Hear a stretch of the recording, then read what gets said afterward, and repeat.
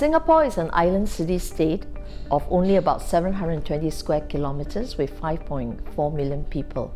So it's a very dense city. And public housing is very important to us. We house about 82% of the population in public housing.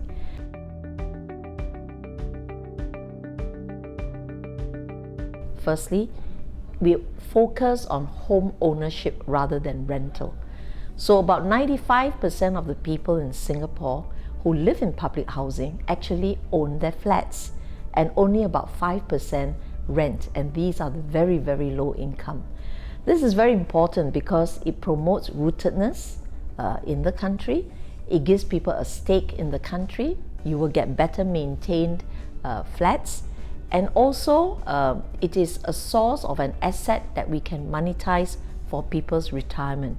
So the design of the public housing really looks at the life cycle of a person and his family. It starts when they're very young, when they first get married, we help them to buy an affordable flat. When they have a family, we help them to upgrade.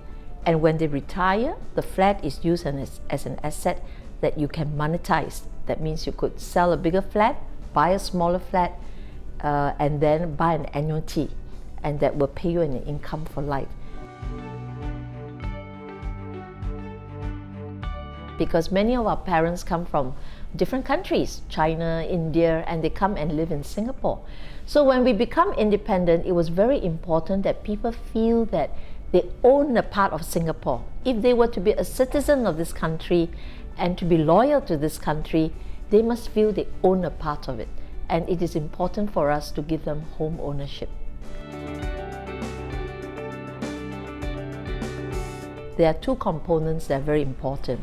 I think first is to make sure that the housing is affordable to our citizens. So we do this firstly by ensuring that we build a whole variety of housing for budgets and incomes of different people.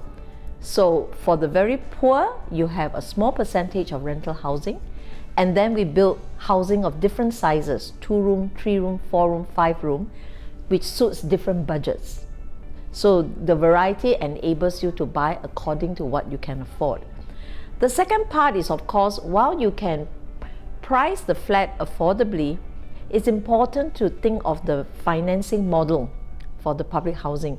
People have to find a way to pay the mortgage. So how do they do that? A very important instrument for us is the Central Provident Fund. In Singapore, the Central Provident Fund, or the CPF, is a compulsory savings program.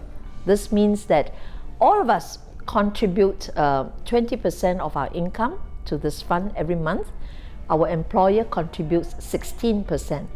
This gives all Singaporeans a very high savings rate of 36%.